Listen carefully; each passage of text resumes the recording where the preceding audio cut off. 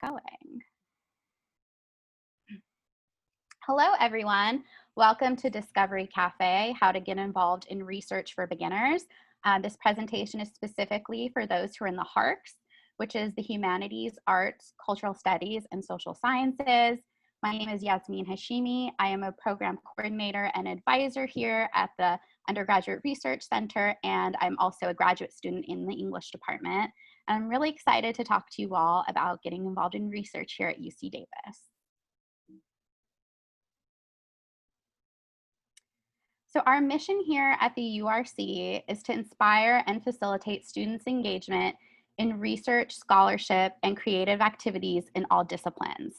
We want to empower students to find research opportunities with Davis faculty and provide you with the resources to gain the skills that you'll need to be great researchers and to go on to different career paths. UC Davis is an R1 school, which means people come here to do research. That also means there's a lot of research opportunities, but it can be incredibly difficult to figure out where those opportunities are and how to go about getting a research opportunity. And that's what we're here for. So approximately 50% of all UC Davis undergraduate students assist faculty in research projects or creative activities during their academic career. So that's about half of undergrads that get involved in research. It can be really exciting, it's really challenging, but I think it's a great experience, and I'm looking forward to talking to you more about that. So what is undergraduate research? At the very basic level, it's asking questions, studying trends, sharing stories and experiences, giving a voice to a particular community, or filling a gap of knowledge. So what does undergraduate research look like in the humanities? It can take up many different forms depending on your major, but here are some examples. You might be doing library searches and archival work, writing, creative writing, like poetry, different narratives. You could be in the creative arts, dance and movement, design projects, digital projects, social justice and policy, surveys and interviews, modeling and computations, and laboratory work. So there's a wide range of the way research looks, and it really does depend. And a lot of work is interdisciplinary, which means that you might be, say, for example, I'm in the English literature department, but I also do digital humanities, which might include computation. So I could be doing library searches and, you know, doing different kinds of work. So what skills and benefits will you gain?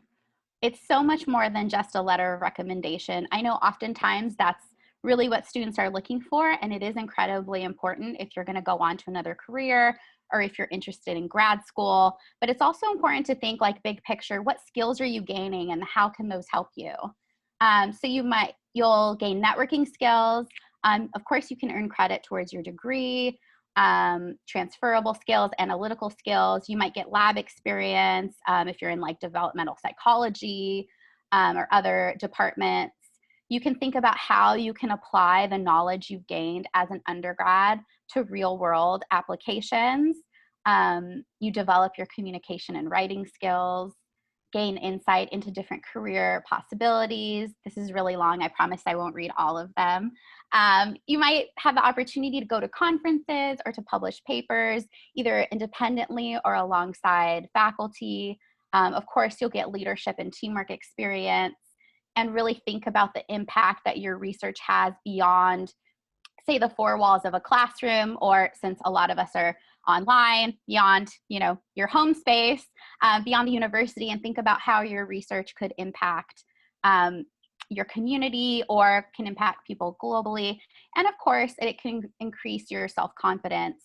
One thing that I think is really important when I talk to undergrads is oftentimes they feel like, you know, they aren't actually a researcher, or they don't become like a real scholar until they get their degree, or until they get their master's degree, or until they get their PhD. And that's not true. The moment you start asking questions and seeking the answers for those questions, you're involved in research and you are a researcher. And so that's really important to remember. So how can you get involved in research, design, or discovery experiences here at UC Davis? So when you want to get started, you want to keep a running list of interests. So when you're in your classes, something to think about is like, what themes or topics do you find yourself drawn to? Um, and that'll sort of help you figure out, okay, what is it I'm interested in? What questions do I keep asking? And what am I interested in finding the answers to? You might also look at conference abstract books online, and we can drop a link in the chat. We have our undergraduate research conference, which has a conference abstract book. So you can see the kinds of research that undergrads are doing here at Davis and have done in the past years. And that'll also give you an idea of which faculty have been supporting undergraduate research. So when you're ready to reach out to faculty, you can see who's already in the mix, who's already supporting undergraduate research. Of course, you want to ask questions. Don't feel like you already have to be an expert. Asking questions is what shows you're interested. So if you want to ask not just like your peers, but faculty, your professors, TAs, grad students, if you have these like burning questions or you're just really excited about a particular topic, you don't have to know all the answers. And in fact, so much of research is just continuing to ask questions, you answer them, and then you have another question, and then you want to answer that. So it's something to be really excited about. You could also read about different career paths. So you might look at, what other people have done once they've gotten their degree. Not everybody goes on to grad school, although certainly some people do. What other kinds of careers are available, and what other sorts of careers interest you? So really thinking about the skills you're gaining in the humanities, like broadly, what can I use these skills to do? So just because you study English literature doesn't mean you have to go on to be an English professor. You might find yourself working in a museum. You might find yourself writing for online magazines. You might go into PR. There are so many things you can do once you have like the skills you need. Another thing you can do to get started is to either create or start updating your CV or resume. That way, when you feel like you're ready to start interviewing for research opportunities, you already have that ready to go. And of course, you can visit the Internship and Career Center. We'll drop a link in the chat. They have appointments that you can sign up for virtually where they will help you go over your CV and resume, which is, I think, a great service, and it's free, so definitely look into that. So here's an overview to finding a research position. Most importantly, you're going to have to take the initiative because very rarely are research opportunities sort of just handed to anyone, and you want to make sure you're persistent. So as I said before, you want to think about your interests. So make a list of possibilities based off of what interests you. You want to, again, look at conference abstracts, go to your department website, see what research faculty and graduate students and other researchers are producing, and start reading some of their work. You certainly don't have to understand everything you read in articles. I'm a grad student and still I read things that are extremely dense and difficult to understand. And so I myself have a lot of questions, and that's a good thing because it gives you an entry point for conversation when you talk to other people about it. So definitely read articles. You can also, something that I think is really important to do if faculty have like a social media page or their own personal website, go on there, because oftentimes you can find out like more information, see what they're doing. A lot of times faculty will, if they're into social media, which not everybody is, they might be talking about their current projects and what that process is like, which I find really enriching to see, because oftentimes we feel like we're getting stuck on something, or we're having difficulty with writer's block and things like that. And to see other faculty and researchers talking about those experiences, I think is really heartening, and it also gives you an opportunity to perhaps like dialogue with them informally, which is great for networking and something to really think about. And of course, you want to think beyond just faculty. You want to talk to TAs and other graduate students, peer advisors, other undergraduate researchers who are doing work. It can be difficult to get in touch with people in general, although I think more people, because we're virtual, are, you know, checking their email a little bit more than usual, perhaps. But faculty can still be difficult to get a hold of. So I think it's important to think about reaching out to graduate students, which is not to say that graduate students aren't busy. I can attest we are extremely busy. But if you feel like perhaps a professor, maybe you're just taking a class, or there's a professor who you haven't taken a class with and you don't quite know them and you're not comfortable, perhaps reaching out to a graduate student will make you feel a bit more comfortable. And I just think it's a really great way of, engaging with researchers, because graduate students are doing research too. Oftentimes, they might be doing research alongside the faculty member you're interested in working with. And so it could just be a great form of connection, a great way of networking. And of course, you can contact professors directly. Normally, I would say attend office hours. Obviously, doing that in person might not be a possibility, nor might it be safe. So you definitely want to look at virtual office hours if it's possible. If you don't feel like comfortable doing virtual office hours with a professor because perhaps you don't know them yet, then write them an email. Just remember, you're introducing yourself. You want to put your best foot forward. So be professional in the email. And good luck, because hopefully it'll turn out great. And if you have questions about, how to craft an email, we can also help you with that too. I think we have another presentation that's up on our website and our YouTube account that can walk you through that. If not, we can definitely send that to you if you request it. So some remote action items. So figuring out how to get involved in research has been made a bit more challenging due to the global pandemic and the ongoing social unrest in the country. Of course, I think it's important to acknowledge that this isn't business as usual. At the same time, I know students want to maximize, their experience and their time here. So there are some things you can do online to start getting involved with research. You can ask professors if you can attend a research group meeting if they have one.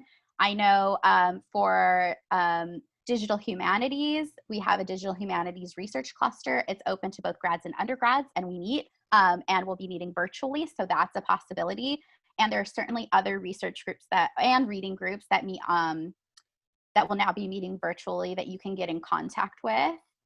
You can use online databases through our library or just online databases in general to find useful sources. So as I mentioned before, start looking up, who's doing the kind of research you're interested in, what are they talking about, how do they break it down, do that. Start getting in contact with faculty and graduate students. You might be able to find virtual department seminars. Those are great to attend. Also virtual conferences. Those are everywhere right now. It's really great and important for accessibility, and it's so great to see those offered. Oftentimes they are free, so you don't have to pay to attend, which is also really important in terms of accessibility. And you usually don't even have to have, for example, your camera on, you're muted. So if you just want to get a sense of what someone's research is like, hear them talk about their research, I think it's really great. And of course, if you are comfortable, they usually have the chat open and you can talk, you can ask questions. That's a really, I think, more low stakes way of participating and becoming more comfortable in the sort of conference environment. Of course, you can also conduct your own independent research. I think it's important to check in with your department because a lot of times you can do an independent study.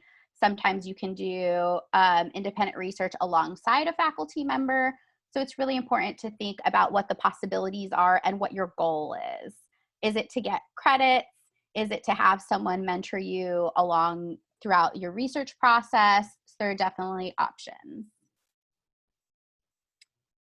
So with the action item, contacting faculty, you want to make sure, again, that you have a professional email that you express your curiosity and motivation. So let them know, what is it that drew you to this topic? Why are you so interested in whatever topic you've chosen? If you have a CV or resume, you might want to include that. And of course, you can also ask for an appointment, and depending on your comfort level, it might be Zoom or in person. So that's one great way of getting in touch with faculty. And again, just make sure that you follow up. Oftentimes, people's inboxes become inundated. I'm sure you've experienced that, where it's so difficult to keep up with everything. So it doesn't mean if a professor doesn't respond to you, it doesn't mean they're ignoring you. They might have put the email to the side and they anticipate coming back to it. They might forget. So go ahead and send a follow-up email, and show them like, hey, I'm really interested in this topic. I'm really interested in your work. And I want to know more about this. I really want to get involved with research. So for the URC, we offer some resources online.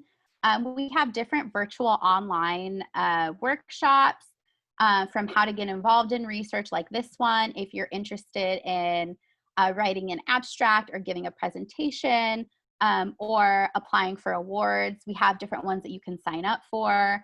We also do advising sessions, where we can help you through identifying your interests, and how to get in contact with research mentors.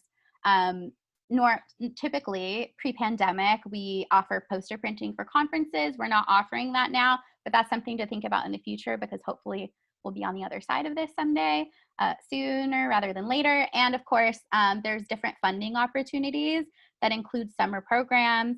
So you can win a travel award. We have the Provost Undergraduate Fellowship, and different summer research programs.